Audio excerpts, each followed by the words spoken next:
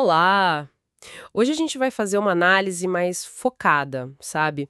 Nas regras que definem a cúpula lá do Tribunal de Justiça do Ceará. Isso aí. Temos aqui um resumo bem bacana, preparado pela professora Ana Paula Gomes.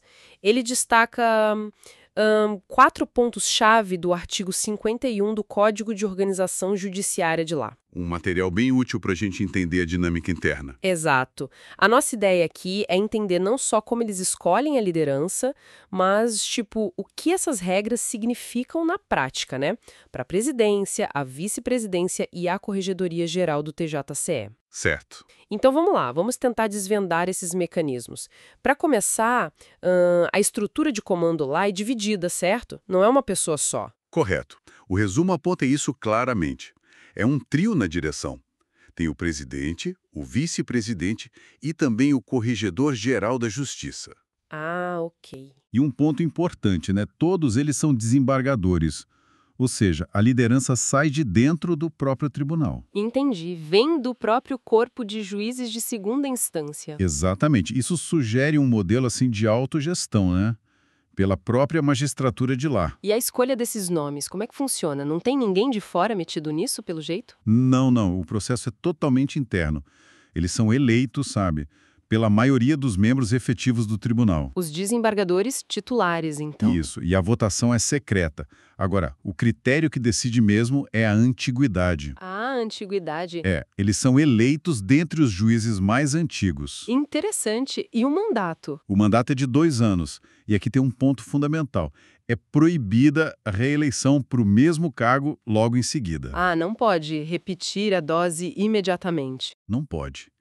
E aqui a gente já começa a ver um desenho institucional bem particular, né? Com certeza. Porque, por um lado, escolher pelos mais antigos, bom, isso valoriza a trajetória e a experiência que a pessoa acumulou. Claro, faz sentido. Mas, por outro lado, proibir a reeleição seguida e ter esse mandato mais curto de 2 anos são mecanismos fortes para evitar que alguém se perpetue no poder, né?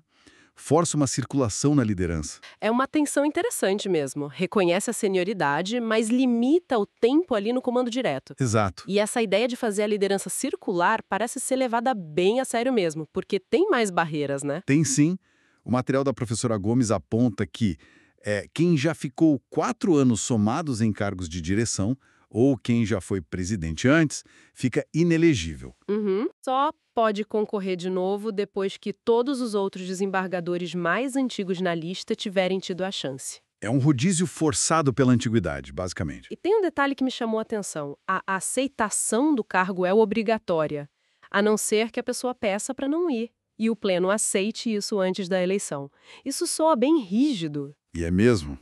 Se a gente conectar os pontos, percebe um sistema que não só incentiva, mas quase impõe um rodízio entre os magistrados mais experientes. Quase um dever, então. Essa inelegibilidade depois de um tempo significativo no cargo e essa obrigatoriedade de aceitar, salvo essa exceção prévia, né? Transforma a liderança quase num dever que vem com a antiguidade. Entendi. É como se, assim, ao chegar num certo nível de experiência, o desembargador tivesse a responsabilidade de assumir a gestão, querendo ou não. Faz sentido. E aquela exceção para mandato tampão? Menos de um ano? Ah, sim. Isso é mais um ajuste prático, né? Para não prejudicar a elegibilidade futura da pessoa por causa de um período muito curto e incompleto na direção. Coisa de meses, talvez. Certo, para não queimar a vez por pouco tempo. Então não é só uma questão de poder ser eleito, mas quase um tem que ser quando chega a sua vez ali na lista de antiguidade. Parece ser essa a lógica. E todo esse processo tem data marcada, né?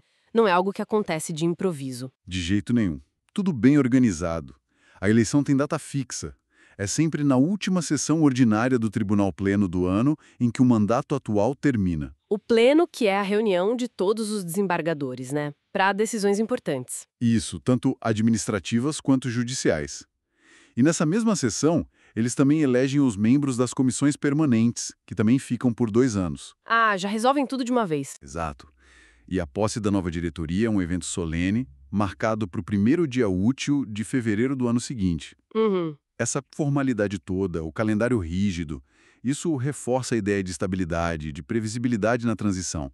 É um traço bem marcante da cultura institucional ali. Certo. Bom, então, juntando tudo, a gente tem uma liderança com 3 cabeças, escolhida lá dentro pelos desembargadores titulares, voto secreto e sempre buscando os mais antigos. Uhum. Mandatos curtos, 2 anos, sem poder repetir logo em seguida, e regras bem fortes de inelegibilidade para garantir que a cadeia gire quase que obrigatoriamente, né? Com essa coisa de ter que aceitar o cargo, Exato. e tudo com data certinha para eleição e posse. Claramente, é um modelo que aposta muito na senioridade e nessa rotação bem planejada. Claro, nos leva a pensar um pouco mais, né? Sim.